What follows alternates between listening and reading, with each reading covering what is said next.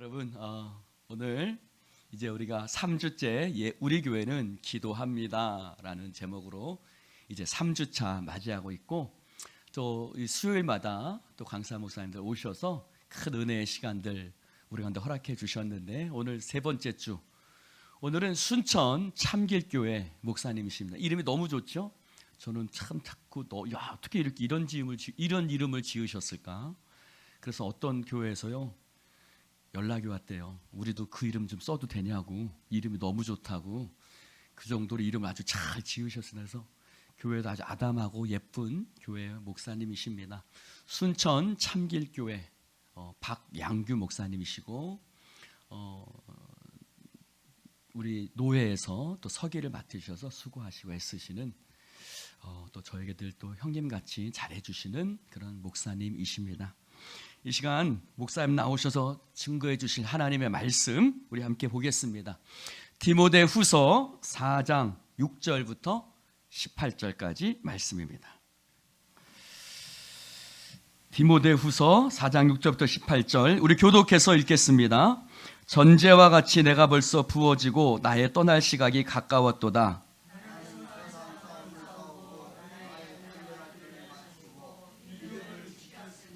이제 후로는 나를 위하여 의의 면류관이 예비되었으므로 주 곧 의로우신 재판장이 그날에 내게 주실 것이며, 내게만 아니라 주의 나타나심을 사모하는 모든 자에게도니라.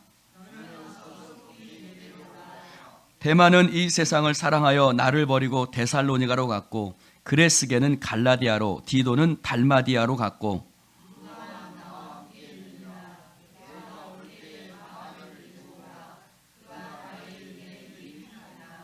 두기고는 에베소로 보내었노라.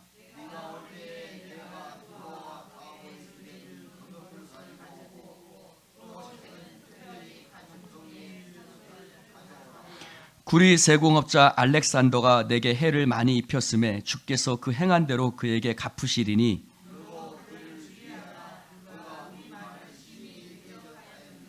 내가 처음 변명할 때에 나와 함께한 자가 하나도 없고 다 나를 버렸으나 그들에게 허물을 돌리지 않기를 원하노라.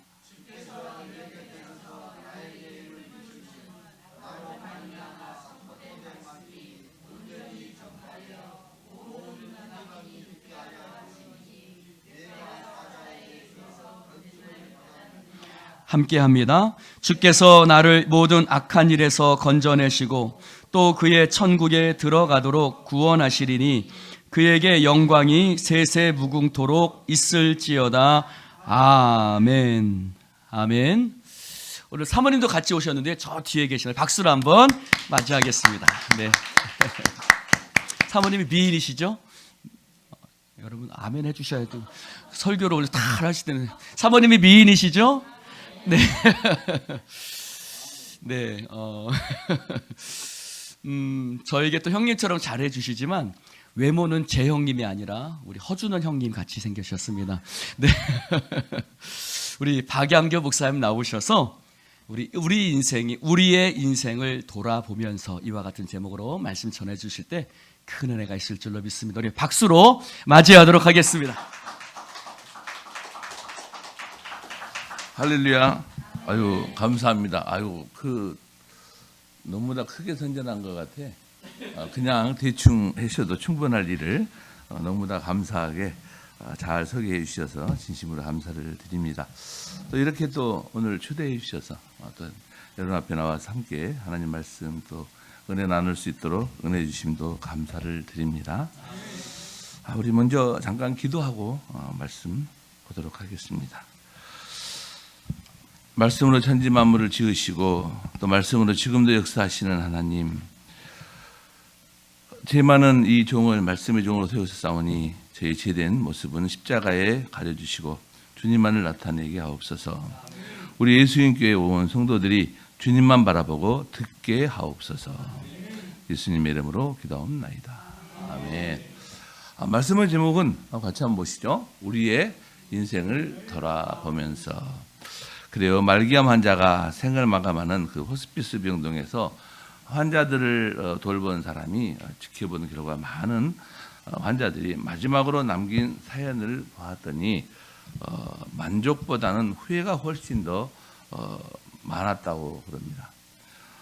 그들은 공통적으로 크게 세 가지 후회를 했다고 하는데 그 세 가지가 뭐냐면 무엇을 할 거라는 것이죠. 무엇을 할 걸. 여러분 우리 인생도 마찬가지인 것 같아요. 세상을 살아가면서 이렇게 보면 우리가 세상을 살면서 늘 우리가 뒤를 돌아볼 때가 참 많습니다. 그때 우리가 이걸 했으면 좋았을 걸 이럴 때가 참 많지 않습니까? 근데 이 세 가지를 한번 알아보니까 첫째가 뭐냐면 좀 더 참을 거였어요. 좀 더 참을 걸. 건강할 때 가까이 있는 아내나 남편, 자녀들을 비롯해서 평소 가까이 그 지내온 이웃들이 그 모든 이웃들이나 직장 동료들도 있겠죠. 그들에게 왜 참지 못하고 버럭버럭 화를 내고 험한 말을 했는지 후회가 되더란 것입니다. 죽음을 앞두면 그런 장면들이 떠오른다고 합니다. 둘째가 뭐냐면 한 번밖에 없는 인생인데 좀 더 즐길 걸였답니다.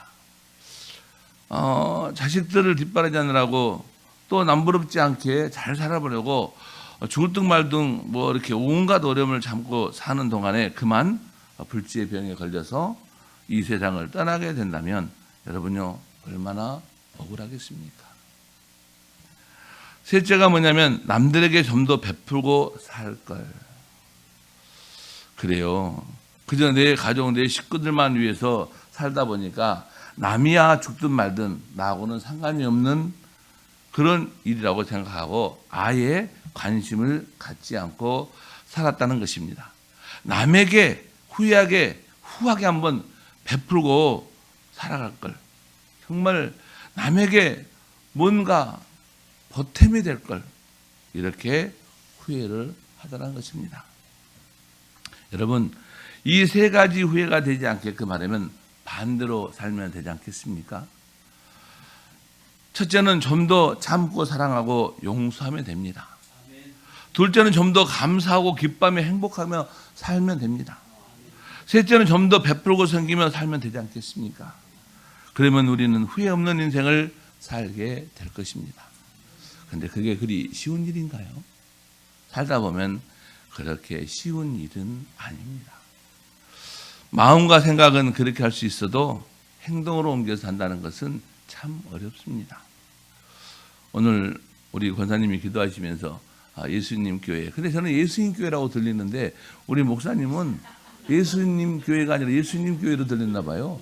저는 예수님 교회로 잘 들리던데 이거는 뭐예요? 마음의 가짐이다.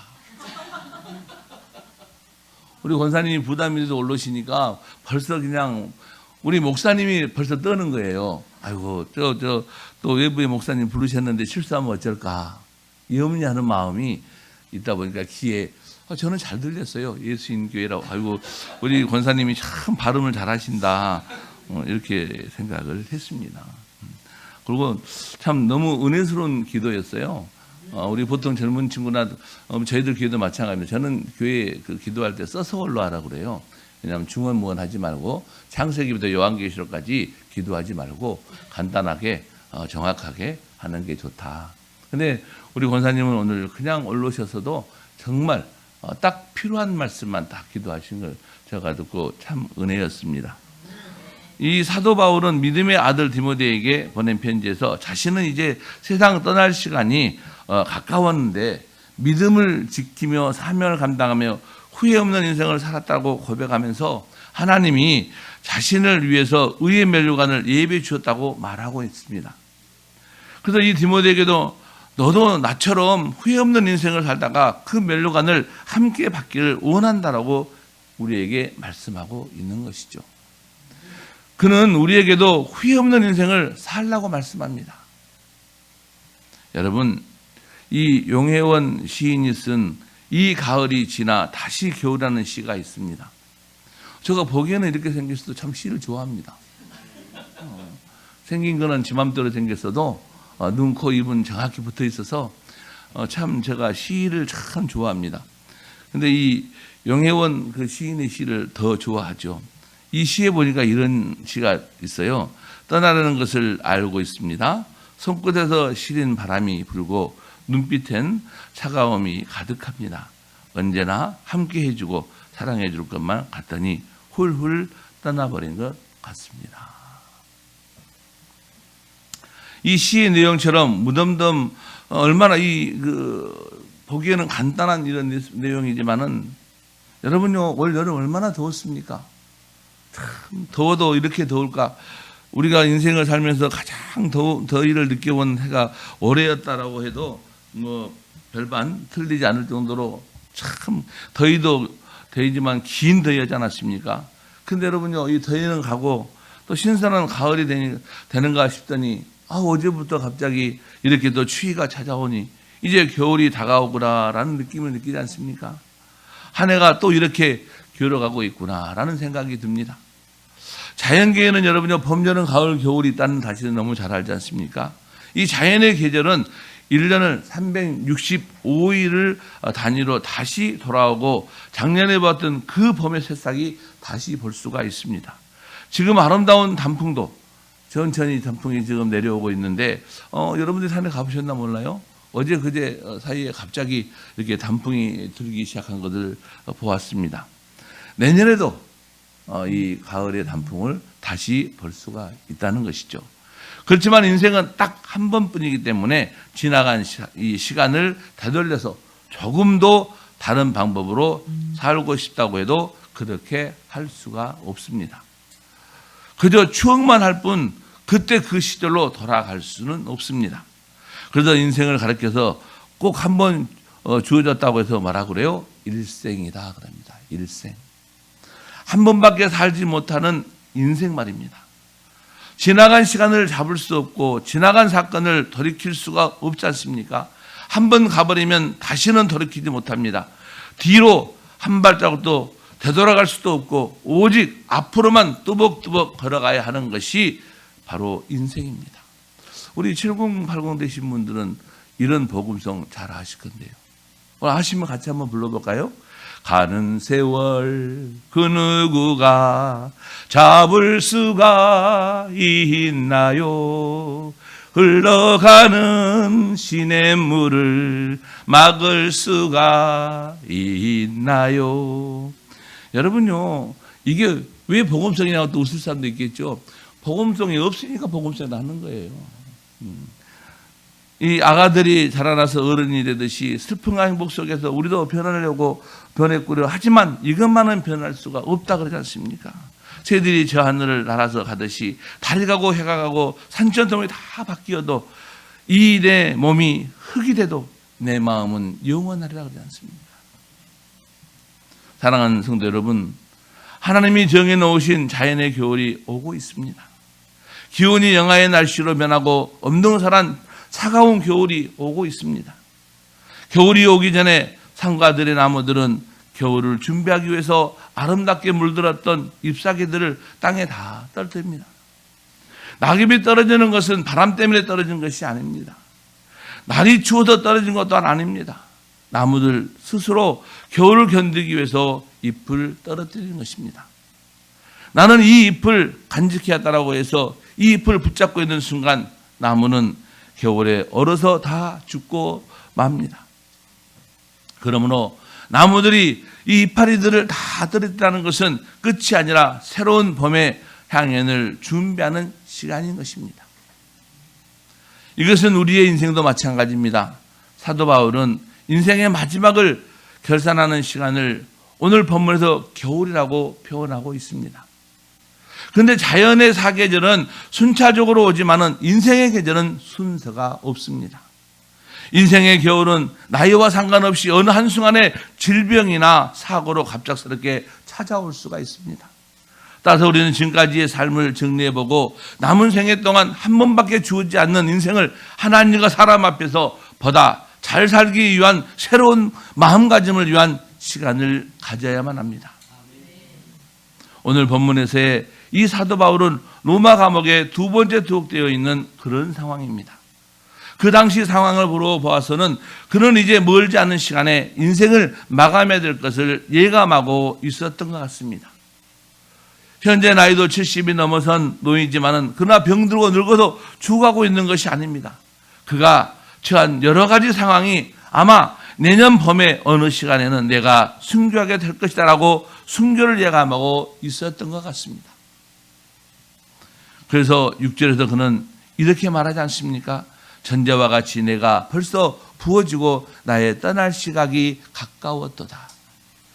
여기에서 전제와 같이 부어지고라는 말은 자신의 생명과 피를 희생제물로 드려진다는 것입니다. 그리고 그때가 가까웠다라고 말씀하고 있는 겁니다.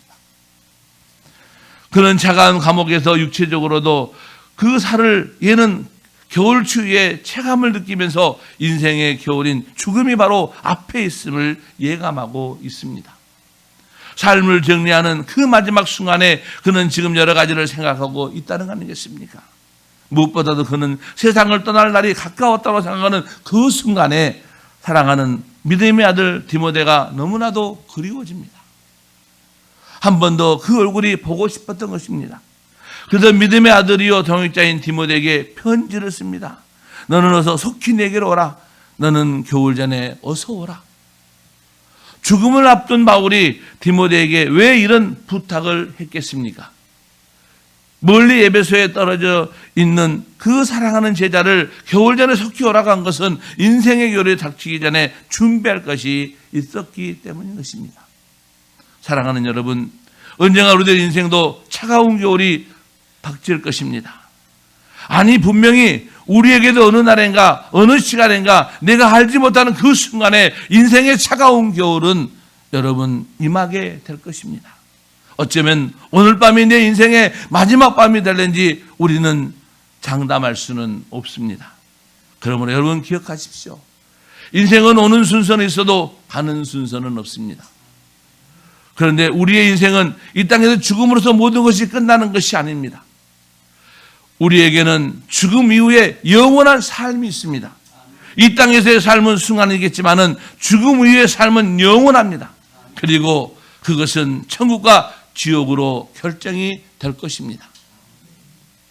사랑하는 성도 여러분, 이것이 사실이라면 인생의 겨울이 오기 전에 우리도 무엇인가를 준비하지 않겠습니까? 그 다음에 인생의 겨울이 오기 전에 우리의 인생을 돌아보면서 우리는 무엇을 준비합니까? 먼저 우리는 인생의 겨울이 오기 전에 지금까지 살아온 자신의 삶을 돌아볼 줄 알아야 합니다. 오늘 본문에서 바울은 디모데에게 겨울이 오기 전에 속히 오라고 분명히 당부합니다. 바울은 언제 죽을는지도 모르는 상황에서 로마 감옥에 갇혀 있습니다. 어쩌면 이 겨울을 넘기지 못하고 세상을 떠날지도 모르겠습니다.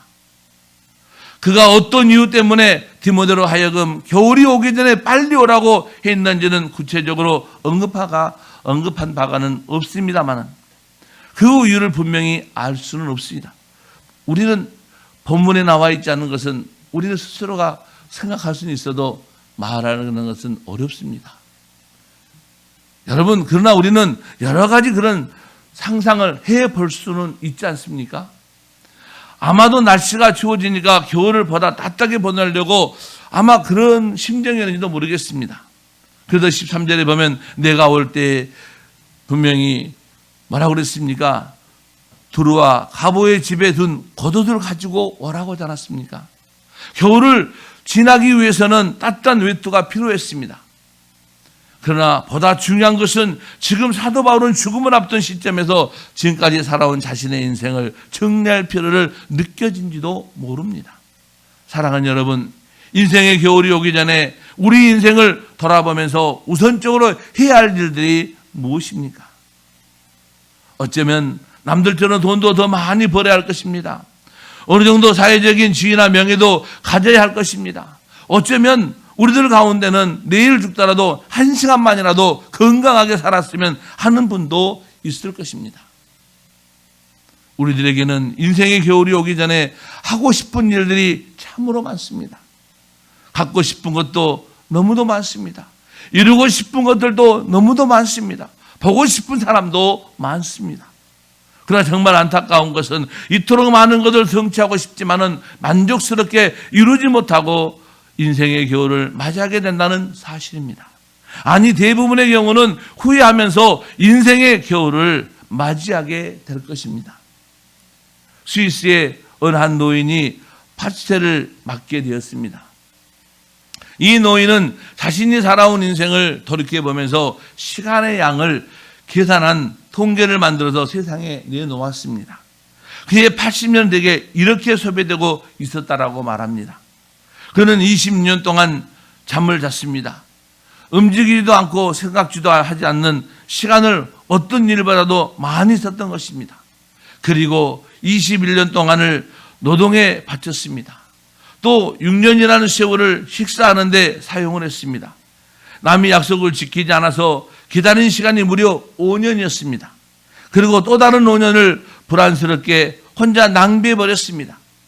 수염을 깎고 세면하는 것에 228일을 보냈으며 아이들과 노는 것에는 고작 26일을 썼습니다. 넥타이를 매는데 18일을 걸렸고 담뱃불을 붙이는 일에는 12일을 소모되었습니다. 그가 마음속에 행복을 누렸던 가장 기쁜 시간을 찾아보았을 때에 그것은 약 46시간에 불과했다라고 이야기합니다. 인생의 고작 이틀 말입니다. 80년의 세월을 살아오면서 나는 정말 행복했다, 정말 기뻤다라고 느꼈던 시간은 겨우 이틀에 불과했다라고 이야기를 합니다. 누군가는 인생의 속도를 나이에 비례해서 이야기합니다. 10대는 인생의 속도가 10km라고 그랬어요. 이 10대까지는 마음은 토끼인데 시간 속도는 거북입니다. 한참을 지난 후에 보아도 그 자리에 갔습니다. 시간이 너무 느리다는 생각이 들어서 어떤 때는 나이를 인위적으로 빨리 먹고 싶을 때가 있었습니다. 그런데 30대가 되면 30km, 50대가 되면 50km, 70대가 되면 70km. 세월이 흘러가는 느낌을 갖는다라고 말합니다. 요즘에는 조금 틀린 것 같아요. 우리 초등학생 친구에게 세월이 어떻게 빨리 가느냐고 물었더니 세월이 너무 빨리 가요. 시간이 너무 빨리 가요. 하루가 금세 지나가요 라고 잘해요. 세상이 바뀌었다는 거 아니에요. 세상이 왜 바뀌었을까요? 할 일이 많아서 그럴까요? 노는 게 바뀌었어요. 노는 게. 이제 혼자서 노는 게 핸드폰으로 노는 거 아닙니까? 게임하고 놀고 유튜브 보고 놀고. 이러다 보니 하루가 얼마나 짧습니까? 학원에 쫓아다니라고 하루에 5군데 6군데 다니면, 학교 끝나고 다니면 우리 그 어른들이 아침에 출근해서 퇴근해서 집에 오는 시간보다 더 늦게 들어온다지 않습니까? 지쳐서 들어온 아이들. 여러분요, 그 사람 사랑하는 여러분요, 정말 당신은 빠르게 흘러가는 시간들을 어떻게 보내셨습니까? 사실 우리가 70을 살고 80을 살아도 정말 의미 있게 살 수 있는 시간은 그렇게 많지 않다는 것입니다. 그러나 그럼에도 불구하고 우리는 긴 시간이 주어져 있다라고 착각을 하면서 살아갑니다. 여러분, 착각하지 마시기 바랍니다. 당신에도 우리들에게도 인생의 겨울은 옵니다. 그러므로 인생의 겨울이 오기 전에 주 앞에도 부끄럽지 않는 자로 당신의 영원한 삶을 위해서 준비하시기를 바라겠습니다. 두 번째로 우리는 인생의 겨울이 오기 전에 형제와 이웃과 관계를 돌아볼 줄 알아야 합니다. 사람은 사회적인 동물 아닙니까? 이 말은 사람은 누구나 혼자도 살아갈 수 없다는 말 아니겠습니까? 남자와 여자가 만나서 가정을 이루고 가정과 가정이 버타여 이웃을 이루면서 살아가는 것이 인간의 세상살입니다. 사람은 태어날 때부터 죽는 순간까지 누군가의 도움이 있어야 한다는 존재 아니겠습니까? 결국 독불장군이 있을 수는 없습니다.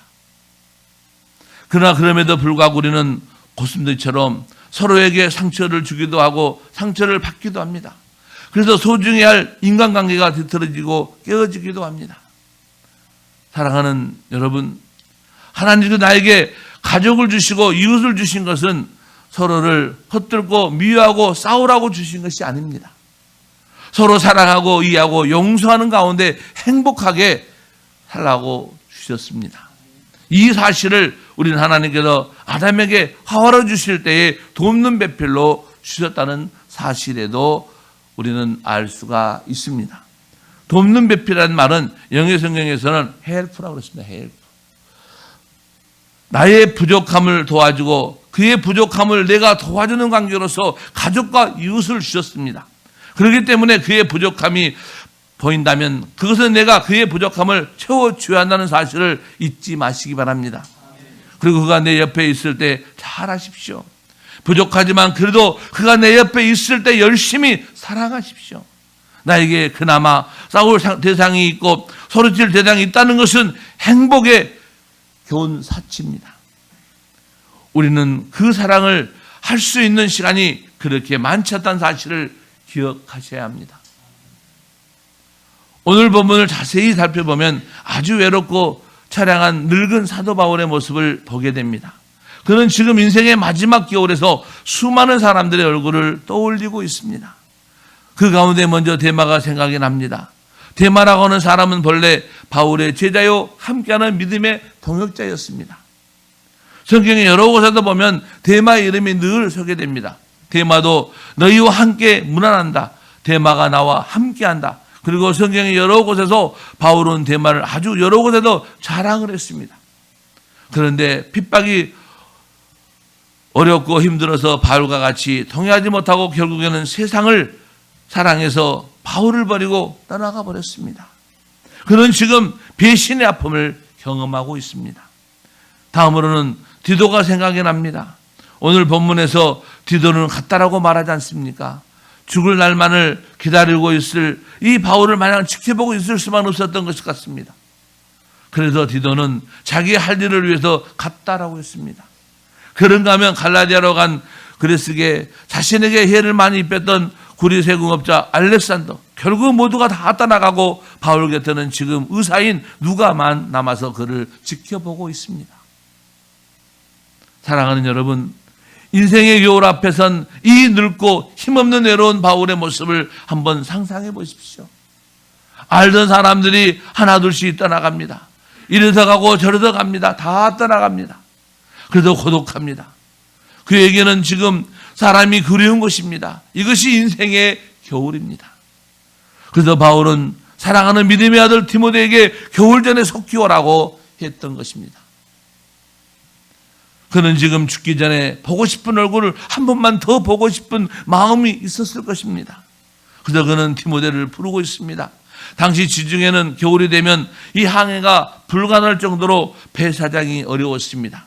만약에 겨울 전에 오지 못하면 그 이듬해 봄에 올 수밖에 없는데 그렇게 되면 디모데를 보지 못할지도 모를 일이었습니다. 이 지중해는 겨울이 되면 얼어붙습니다. 배가 갈 수가 없죠. 얼음을 끼고 갈 수가 없죠. 디모데가 이 편지를 받고서 어떻게 했는지 그 이후의 일에 대해서는 알 길이 없습니다. 그러나 전에 내려오는 이야기로는 참으로 안타깝게도 디모데는 그의 겨울에 로마를 방문하지 못했다라고 했습니다. 바울은 생전에 그토록 보고 싶어 했던 사랑하는 디모데를 만나지 못했다라고 합니다. 너는 겨울이 오기 전에 어서 오라는 그 사도 바울의 편지를 받고서도 다른 잡다한 일들을 처리하느라 지체가 되었다라고 합니다. 그래서 그의 겨울에 항해가 중단되어서 그 이듬해 봄에 로마에 갔을 때는 이미 바울은 옥중에도 순교하고 난 이후였습니다. 그래서 디모데는 스승을 만나지 못한 죄책감과 안타까움에 바울의 무덤을 끌어안고 울고 또 울었다고 합니다. 그래서 디모데는 자신이 죽은 뒤에 바울의 무덤 위에 묻어달라고 해서 바울 무덤 위에 묻혔다고 이야기를 합니다. 그러나 여러분, 그가 울고 또 울었다고 하지만 그래도 그 마음속에 깊은 곳에도 밀려오는 후회와 한을 풀 수는 없었을 것입니다. 그러니 얼마나 원통하고 안타까운 일입니까? 끝까지 바울과 함께하고 싶었지만은 함께할 수 없었던 디모데. 그래서 디모데의 무덤이 사도 바울의 무덤 밑에 있다고 하지 않습니까? 이 바울의 시신 밑에 있습니다. 죽어서라도 바울과 함께하고 싶었던 것입니다. 사랑하는 여러분, 바울과 디모데 이야기는 어쩌면 바로 저와 여러분의 이야기일 것입니다. 여러분 기억하십시오. 세상 모든 일에는 기회가 있습니다. 이 기회는 언제나 있는 것이 아닙니다. 사랑할 수 있는 것도 때가 있습니다. 그렇기 때문에 사랑하는 사람에게 인생의 겨울이 오기 전에 그를 찾아가십시오. 사랑하는 그 사람에게도 인생의 겨울이 옵니다. 그러기 전에 그를 찾아가십시오. 그리고 그에게 예수 그리스도의 복음을 전하십시오. 사람은 누구나 한 번은 죽게 되어 있습니다. 그러나 성경은 두 번째 죽음에 대해서도 말씀하고 있는데 그것은 믿지 않는 사람들이 가게 될 영원한 지옥이라고 말하고 있습니다.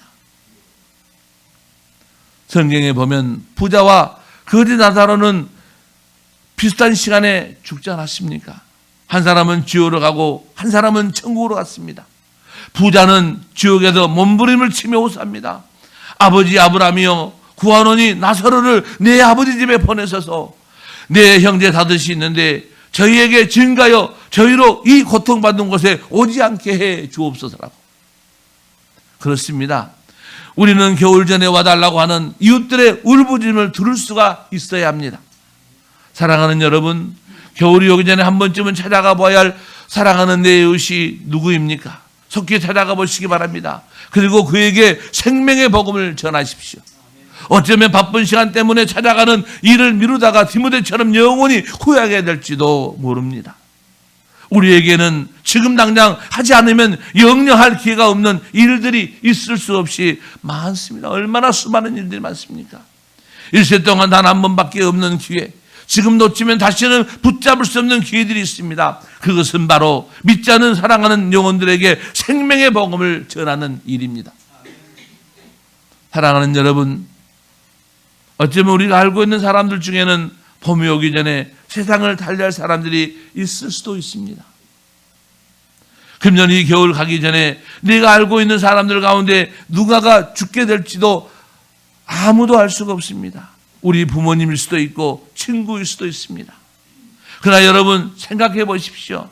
그가 복음을 듣지 못하고 인생을 마감했을 때 그 영혼의 울부짖음과 고통은 어떻게 할 것입니까? 그러므로 여러분 이 겨울이 다 가기 전에 복음을 듣고 여러분 그에게 찾아가십시오.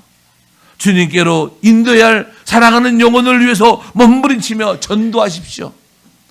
지옥에서도 내 형제에게 이 무서운 심판의 겨울이 오기 전에 복음을 전해달라고 호소하는 영혼들의 울부짖음을 결코 애면하지 마시기를 바랍니다. 무엇보다 바울은 지금까지 은원관계를 정리하고도 싶었을 것입니다. 그래서 그는 특별히 디모데에게 부탁하기를 네가 올 때에 마가를 데리고 오라고 합니다. 바울과 마가의 관계는 그렇게 좋은 관계가 아닙니다. 그런데 마가를 데리고 오라고 합니다. 그다음 왜 마가를 데리고 오라고 했을까요? 여기에서 나오는 마가는 이 바나바의 생질이고 우리가 흔히 말할 때 마가의 다락방, 그 다락방 주인입니다. 부잣집 아들인 것 같지 않습니까? 이 마가가 바울과 함께 1차 전도 여행을 따라다녔다가 이 나중에 포기하고 고향으로 되돌아가 버렸습니다. 이 일로 바울은 마음이 몹시 상했습니다. 그래서 2차 전도 여행에 그때에 마가가 찾아와서 함께 동행할 것을 간곡히 부탁했지만은 바울은 끝내 허락하지를 않았습니다. 결국에는 마가의 일로 동역자여 후원자였던 이 바나바와 다투고 서로 갈라지게 됩니다. 이런 예물단지 같은 마가였습니다. 그러나 예물단지 같았던 그 마가는 그 후에 열심을 내고 충성을 다해서 주를 위해서 헌신합니다. 그리고 그는 베드로의 수자가 되고 우리가 보는 마가복음의 저자가 됩니다. 이제 사도 바울이 로마 감옥에서 얼마 후에 세상을 떠나게 되는데 가만히 생각해 보니까 그때 섭섭해하던 마가의 얼굴이 떠오르는 겁니다. 자기는 당연히 해야 할 일을 한 것뿐이지만은 그때 마가가 얼마나 마음이 아팠을까? 내가 만나서 저를 위로해 줘야지. 마가야, 그때 마음이 많이 아팠지. 나를 용서해다오. 그 말을 꼭 하고 싶었던 것입니다. 이 말을 꼭 하고 가야 되겠다라고 생각을 합니다. 용서하고 사랑하고 화목하고 이것이 마음에 걸린 겁니다. 그래서 마가를 데려오라고 부탁을 합니다. 그리고 11절 보니까 마가에 대해서 이렇게 고백합니다. 그가 나의 일에 유익하니라. 그가 나의 일에 유익했다는 것이에요. 지금 바울은 인생의 겨울이 오기 전에 마가에게 과거에 서로 막혔던 마음을 풀고 화해하기를 원하고 있습니다. 그에게 용기를 북돋아주고 격려하기를 원하고 있습니다. 그래서 그를 데리고 오라는 것입니다. 여러분, 그렇습니다. 사랑하는 성도 여러분요, 인생의 겨울이 오기 전에 뒤돌아보고 서로 풀어야 할 사람은 여러분요, 풀어야 할 것입니다. 우리는 남을 비판하고 원망하고 다른 사람의 허물을 돌립니다마는 그래서는 안 됩니다. 여러분, 서로를 좀 더 이해하고 용서하는 마음을 가져야만 합니다. 그러므로 우리의 인생에 차가운 겨울이 오기 전에 지금까지 마음 깊은 곳에 쌓여있던 이 응어리를 풀어야 합니다. 사람이 일평생을 살아가면서 서로 화해하고 이루어하는 일은 그 어떤 것보다도 더 중요합니다. 그 무엇보다 사랑하는 사람들에게 말을 곱게 쓰는 훈련을 하셔야 합니다. 글은 얼마든지 수정할 수 있지만은 말은 한번 뱉어지면 끝입니다. 그렇기 때문에 우리는 항상 4가지의 말을 잘할 수가 있어야 합니다. 고맙습니다. 감사합니다. 미안합니다. 잘못했습니다. 그리고 하나 더 한다면 뭐겠습니까? 사랑합니다. 사랑하는 성도 여러분, 이 한 해를 살아오면서 마음의 응어리를 가지고 관계가 무너진 사람이 있다고 한다면 그에게 찾아가십시오. 그리고 그 깨어진 관계를 회복하십시오. 땅에서도 매이면 하늘에서 매일 것이요, 땅에서도 풀면 하늘에서도 풀릴 것이라고 했습니다. 재단에 예물을 드리다가 어떤 형제가 나에게 원한을 품고 있다는 생각이 나거든 먼저 가서 화해하라고 하지 않았습니까?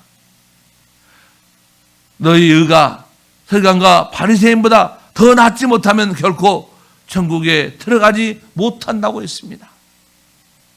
그러므로 사랑하는 여러분, 이웃과의 아름다운 관계를 회복하십시오. 관계는 풀라고 주신 것이지 꼬이라고 주신 것이 아닙니다. 인생의 겨울이 오기 전에 뒤돌아보고 섭섭했던 땅의 감정을 다 풀어버리시고 하늘을 여는 은혜가 있기를 축복합니다. 마지막으로 우리 인생의 겨울이 오기 전에 주님께로 좀 더 가까이 가셔야 합니다. 다시 말해서 우리의 인생의 겨울이 오기 전에 우리의 믿음이 좀 더 성숙해지는 것이죠. 여러분 어떻습니까? 지난 한 해보다도 믿음이 좀 더 올해는 성숙해지셨습니까? 금년을 시작할 때보다 지금의 내 믿음이 주님 앞에서 좀 더 아름다워지셨습니까? 그러나 여러분, 오늘 밤 우리가 교회에 나왔다라고 해서 주님께로 왔다라고 말할 수는 없습니다. 하나님은 아십니다. 여러분도 아실 것입니다. 많은 사람들이 하나님을 잃어버리고서도 자신이 늘 하나님과 함께한 줄로 착각을 합니다. 많은 사람들이 평생을 하나님 믿는다고 하면서도 하나님과 별로 사이가 좋지 않은데 자신은 하나님과 사이가 좋은 줄로 착각하고 있습니다. 그러면서도 자신은 주님께서 나를 알아주실 것이며 따라서 구원받고 천국에 갈 것이라고 확신을 하고 있습니다. 그러나 여러분, 우리가 주님께서 하신 말씀을 기억하지 않습니까? 나더러 주여지 않은 자마다 다 천국에 들어갈 것이 아니오라 그러지 않았습니까? 사랑하는 여러분, 여러분 기억하십시오. 우리가 주님께로 나오는 것에도 기회가 있습니다. 그러나 인생의 겨울이 오기 전에 나와 있어야 되는 것이죠. 이 겨울이 오기 전에, 이 인생의 마지막 겨울이 되기 전에 나오셔야 됩니다. 그렇다면 그 기회가 언제입니까? 바로 지금입니다. 너희가 오늘 그의 음성을 듣거든 너희 마음을 완고하게 하지 말라, 이렇게 말씀하지 않습니까? 지금은 은혜 주실 때요, 지금은 구원의 나라고 했습니다. 다친 마음을 여십시오. 주님 말씀을 마음에 받아들이십시오. 주의 말씀을, 그 말씀에 순종하시길 바랍니다. 그리고 예수 그리스도를 나의 구주로 영접하십시오. 그래서 하나님의 자녀가 되어서 이 땅에서 하나님 허락하신 축복들을 받아 누리시기를 바랍니다. 지금 바로 이 자리에서 말입니다. 이 시간은 여러분의 영원한 운명을 결정하는 시간입니다. 우리 가운데 아직도 온전히 주님께 나오지 못하신 분이 계신다면 이 시간 온전한 마음으로 주님께 나오시기 바랍니다.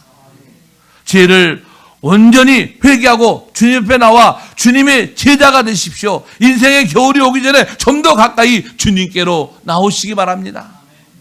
사랑하는 여러분, 인생의 겨울이 오기 전에 예수 그리스도에 대한 자신의 신앙을 되돌아보시기 바랍니다. 그리고 주님께로 더 가까이 나아가시기를 바랍니다.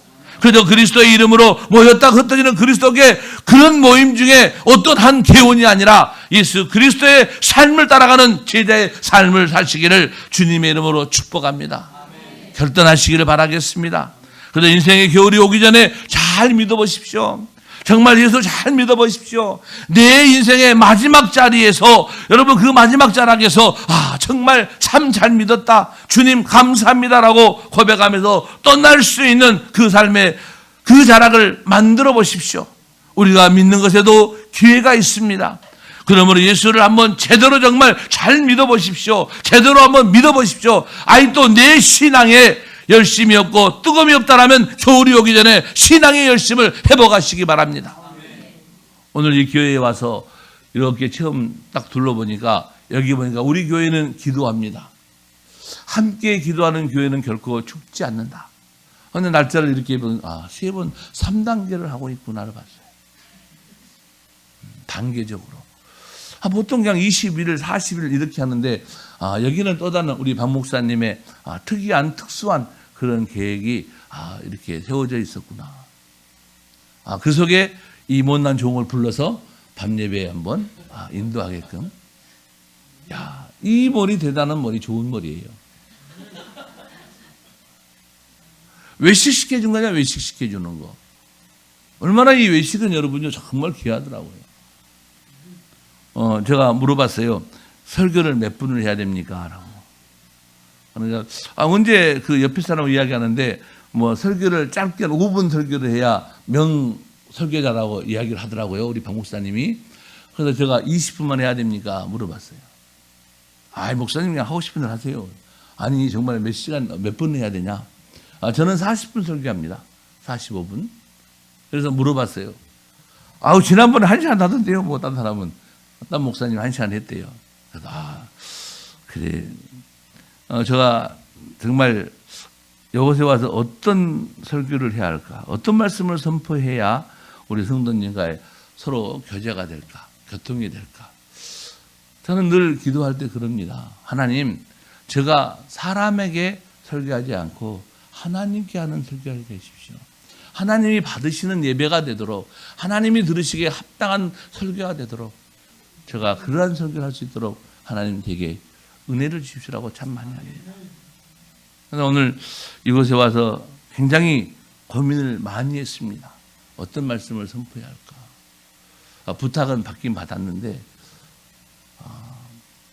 그래서 하나님께서 오늘 이 말씀을, 그래 우리 인생의 마지막, 정말 우리가 그 마지막이 언제일지 모르는 인생인데 그저 왔다 갔다 하는 신앙, 예배를 교회 다니는다고 모양만 보이는 신앙이 아니라 정말 진실된 믿음을 가지고 사는 믿음의 사람이 됐으면 좋겠다. 이런 마음을 가지고 오늘 이곳에 왔습니다. 여러분요, 우리가 그러잖아요. 사회가 어떠니, 환경이 어떠니, 그것은 우리에게 여러분 핑계일 뿐 아니겠습니까? 정말 중요한 것은 하나님과 나와의 관계의 신앙인 것입니다. 오늘 현대인들의 문제가 여러분 무엇이라고 생각합니까? 과거에도 흑사병이 있었습니다. 많은 콜레라로 인해서 많은 사람들이 죽었지 않았습니까? 이번에는 우리나라는 세계적으로 코로나로 인해서 얼마나 어려웠습니까? 교회가 문을 닫고 예배를 못 드리고. 여러분요, 그때에 이 기독교인들은 세상 속에 들어가서 자신의 생명을 바치면서 구원했다고 그래요. 그들을 위해서 헌신했다고 그래요. 그래서 치빙의 글리도가 그렇게 뭐라 그러죠? 그 죽음의 진정까지 가서 그 흑사병에서 겨우 살아났다 하지 않습니까? 이 치빙 글리는 그 동생은 그 흑사병에 걸려서 죽었어요. 수많은 종교개혁자들의 공통적인 것은 무엇이냐? 그 흑사병 속에서 혼자 살겠다라고 도망간 것이 아니라 그 속에 들어가서 치유하면서 영혼 구원에 몸바쳤다는 것입니다. 그렇지만 로마 이 바티칸의 교황은 어떻게 했습니까? 문을 꽁꽁 걸어 잠그고 아무도 들어오지 못하게 하고 모두가 단절시켜버리지 않았습니까? 자기 혼자 살기 위해서 말입니다. 오늘 우리는 어떻습니까? 나 하나 살기 위해서 우리의 목숨을 건지기 위해서 그 이유 때문에 모든 신앙을 다 놓아버렸지 않습니까? 너무 안타까워졌습니다. 그리고 너무 나태해졌어 가지고. 지금 여러분 한번 생각해 보세요. 코로나 이후로 지금 얼마나 교회들이 나태하고 있습니까? 우리 모든 성도들이 얼마나 나태해져 있습니까? 오늘 우리 박 목사님이 우리 교회는 기도하는 교회라고 오직하면 저렇게 문구를 써놓고 기도하자고 외치겠습니까? 이 코로나 이후로 말입니다. 여기뿐만 아닙니다.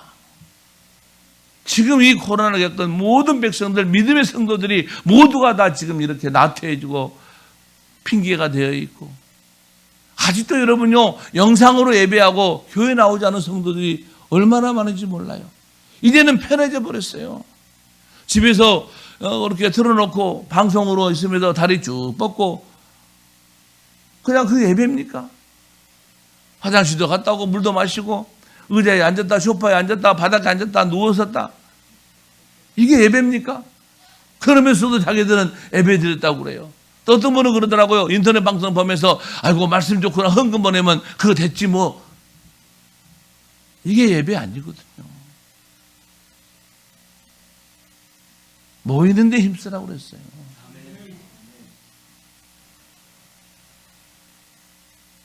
여러분, 모든 일에는 기회가 있다는 것을 생각하십시오. 그렇기 때문에 인생에 겨울이 오기 전에 우리는 마땅히 해야 할 일을 해야 합니다. 세월은 빨리 지나갑니다.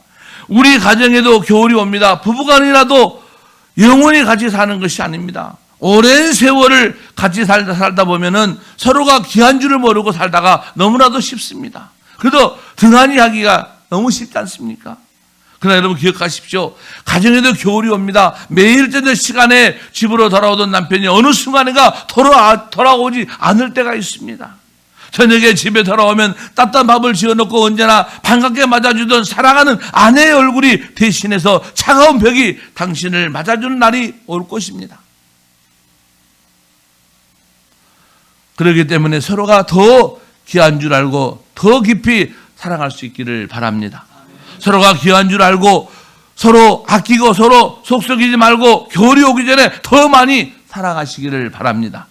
우리가 주님을 위해서 봉사하는 것도 그렇습니다. 우리가 언제나 주님을 위해서 봉사할 수 있는 것이 아닙니다. 예배도 여러분요 예배도 겨울이 온다는 것입니다. 언젠가 우리가 함께 드리던 이 예배를 그리워할 날이 온다는 것입니다. 인생의 겨울이 오면 하고 싶어도 할 수가 없습니다. 겨울 전에 믿음과 소망과 사랑으로 더 열심히 주 앞에서 봉사와 헌신의 삶을 사시기를 바라겠습니다. 요 며칠 전에 여수에서 사건 난 거 아시잖아요. 그 60대가 들어가서 70대를 죽이고 태연하게 한 20분만 나와서 태연하게 걸어가서 그 해안가에 가서 있으면서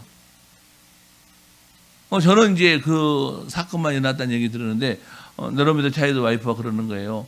세상에 그 60대 남자가 그 집에 들어갔더니 아마 그분이 70대 뭐 아주머니였나 보죠. 이게 돈을 좀 많이 가지고 있던 분인가 봐요. 그러니까 돈을 달라고 요구를 하니까 안 주니까 그냥 죽이고 나왔던 거예요. 여러분 돈 가지고 계시면 안 돼요. 집에 교회 갔다 헌금해 놓고 여기다 맡겨놓으세요. 천국에 가면 다 찾았으니까. 집에 놔둬도 죽으면 뭐하나. 그런다고 여러분에게 헌금하라는 얘기는 아닙니다. 여러분이 제가 뭐 한다고 여러분에게 헌금을 강요하겠습니까? 하나님께 바쳐란 것이지. 틀린 말인가요? 그래요. 여러분요, 저는 우리 교회에서도 지금까지 제가 15년 동안 개척해서 하지만 이 11조에 대한 설교를 해본 적이 없습니다. 11조는 신앙의 기본이거든요. 그래서 뭐 형편 닿는 대로 하는 것이지 막 강요한다고 하는 거 이런 것은 아닙니다. 그래서 뭐 11조를 강요하고 뭐 유튜브에 보니까 뭐 11조를 왜 하나 막 그런 것도 나오고 그러더라고요. 그러나 11조는 신구약에 다 나와 있는 겁니다. 하나님께 드리는 것이고 나의 신앙을 고백하는 것이 11조예요. 다른 게 아닙니다. 그래서 11조가 라는 것이죠. 여러분요, 늘 인생을 한 번씩 돌아봐야죠. 인생은 꼭 한 번 주었다고 해서 처음에 시작할 때 말씀드렸지만 일생이라고 하잖아요. 일생. 이 세상길을 마음만 먹으면 다시 돌아갈 수가 있습니다. 그러나 인생길을 되돌아갈 수는 없지 않습니까? 그렇잖아요, 여러분요. 세상길은 마음껏 돌아갈 수 있어요. 잘못했으면 돌아보고 틀렸으면 돌아가보면 되는 겁니다. 그러나 인생은 그럴 수가 없죠. 인생은 연습도 없고 시행착오도 없습니다. 모두 다 초행길입니다. 한 번 지나가면 다시는 돌아보지 못합니다. 기회가 있을 때 좋은 일을 많이 할 수 있기를 바랍니다. 여러분, 이양 한마디만 더 하면 드릴 수 있을 때 많이 드리세요. 하나님께 드릴 수 있을 때 많이 드려야 됩니다. 인생의 겨울이 오기 전에 더 열심히 사랑하고 더 뜨게 헌신하고 충성할 수 있기를 바랍니다. 기회는 언제나 여러분요, 순간입니다. 그래서 그리스 신화에 나오는 이 기회의 신은 앞머리는 풍성한데 뒷머리는 대무라고 그러지 않았습니까? 내 앞에 있을 때 붙잡아야지 지나고 나면 붙잡을 수가 없다는 것입니다. 여러분, 이야기 하나 하고 시간이 많이 갔으니 마치겠습니다. 사업을 크게 일으키고 몹시 바쁘게 사시던 어느 젊은 사업가에게 어떤 낯선 사람이 사무실에 찾아왔습니다. 그렇게 당신 사업에만 열중할 것이 아니라 주일은 교회 가서 예배를 드리고 이제는 주신 사업으로 이웃이나 하나님을 위한 일도 계획을 좀 하시죠 하더랍니다. 그렇지 않아도 그렇게 생각하고 있다라고. 그러나 아직은 젊으니 좀 더 나아가 여러분 나이가 들면 그 후에 지금 잘 벌릴 때 돈을 좀 더 벌어놓고 할 생각입니다라고 답을 했던 겁니다. 몇 번이고 이 사람은 찾아와서 똑같은 말을 했고 젊은 작가는 똑같은 대답을 했습니다. 어느 날 한참 결제서류에 도장을 찍어 내려가고 있는데 이 낯선 사람이 또 찾아왔습니다. 이번이 내가 당신을 찾아오는 마지막이 될지도 모르겠습니다. 하나님 앞에 가십시오. 그리고 하늘을 위해 준비하십시오. 이번에는 괴롭히지 말라고 짜증을 부리면서 이 사람을 쫓아냈습니다. 얼마의 시간이 지난 후에 이제는 무서운 얼굴한 사람이 나타납니다. 이제 당신의 때가 되었습니다. 머물 시간이 없습니다. 저와 함께 가시죠. 이 사업가는 저는 지금 바쁩니다. 곧 중요한 바이어들을 만나야 합니다. 다음에 오시죠 라고 답을 했던 겁니다. 그 순간 갑자기 얼음장까지 찬 손이 목덜미를 거머쥐는 서늘함을 느꼈습니다. 죽음의 사자였습니다. 이제는 시간을 달라고 외워놔도 발버둥을 쳐도 유언이나 하게 해달라고 매달려도 소용이 없었습니다. 사랑하는 여러분, 우리가 원하든지 원하지 않든지 인생의 겨울은 반드시 찾아옵니다. 그러나 겨울이 오기 전에 자신의 인생을 한번 돌아보시기 바랍니다. 제가 성경 다음으로 아주 좋아하는 말이 있습니다. 아름다운 사람은 머무는 자리도 아름답다. 어디 가면 많이 적혀있던 말씀이죠. 네. 고속도로 휴게소에 가시면 많이 적혀있는 말이에요. 저는 그 말이 그렇게 반갑더라고요. 내가 머물렀던 삶의 자리, 내가 살아왔던 그 삶의 자리가 아름다워한다는 것이죠. 우리가 한순간의 삶을 살더라도 가족들과 이웃들에게 부끄럽지 않는 삶을 살아야 합니다. 그것은 내 자신을 위해서만이 아니라 사랑하는 가족과 나를 아는 모든 사람들을 위해서 말입니다. 그럼 우리 땅에서 더 갖고 못 갖고가 아니라 정말 내 삶의 마지막이 아름답기 위해서 내 삶의 마지막 순간에 세상 사람들이 그래도 저 사람은 참말로 괜찮게 살았다라고 참 열심히 살았다라고 그 한마디는 남기고 가야 하지 않겠습니까? 그래야만 나를 아는 사람들, 내 가족들에게 위로와 은혜가 되지 않겠습니까? 그리고 형제와 이웃과의 관계를 회복할 수 있기를 바랍니다. 무엇보다 인생의 겨울이 오기 전에 주님 앞으로 돌아오십시오. 이 땅에서 삶을 마치고 이후에 있을 영원한 천국에서의 상급이 있는 삶을 위해서, 그리고 우리의 자녀들을 위해서 신앙생활을 잘 하시기 바랍니다. 후손이 흠말 만한 믿음의 조상이 되시기를 바랍니다. 마지막 주일 예배가 있듯이 내 인생에도 마지막 날이 있습니다. 마지막 수요 예배가 있듯이 내 인생에 마지막 날이 있습니다. 여러분 아십니까? 우리의 헌신과 사역에도 끝날 날이 있다는 사실 말입니다. 사랑하는 여러분, 인생의 겨울이 오기 전에 더 뜨겁게 사랑하십시오.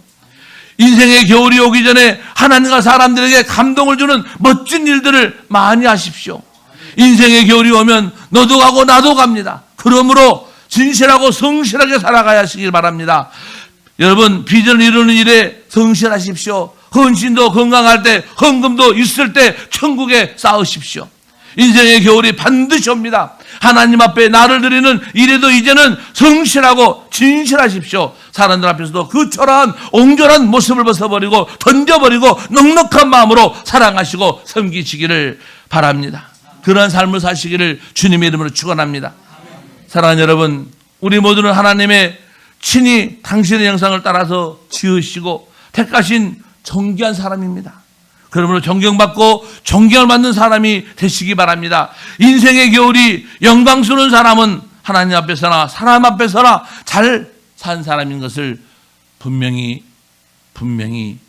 여러분, 우리는 이러한 인생이 아름다운 모습으로 살아갈 수 있기를 주님의 이름으로 축원합니다. 기도하겠습니다. 머리부터 셋시까지 우리를 살피시는 하나님, 저희들은 주님을 잊어버리고 살고 있습니다. 그러나 주님께서는 항상 저희들 앞에 늘 계시고 우리 곁에 함께 하십니다. 또 우리들을 지켜주시고 우리가 주님과 같이 머물기를 원하고 계십니다. 오늘 밤 이 시간도 우리의 생각들을 주님 앞에 모으게 해주시고 우리를 기다리시는 주님 앞으로 가서 같이 걷고 같이 선택하고 같이 일할 수 있는 길을 저희들에게 주시기를 원합니다. 이 땅에서 필요한 것은 한두 가지가 아닙니다. 그러나 이 모든 것을 해결을 지어주시는 분은 우리 주님이십니다. 인생의 겨울이 오기 전에 주님 옆에 가서 주님의 뜻대로 살고 일할 수 있는 저희들이 되게 하여 주옵소서. 옳고 선한 것을 생각하고 비록 보잘것없을지라도 그 일을 함으로 주를 기쁘시게 해드릴 수 있게 하옵소서. 예수님의 이름으로 기도하옵나이다. 아멘.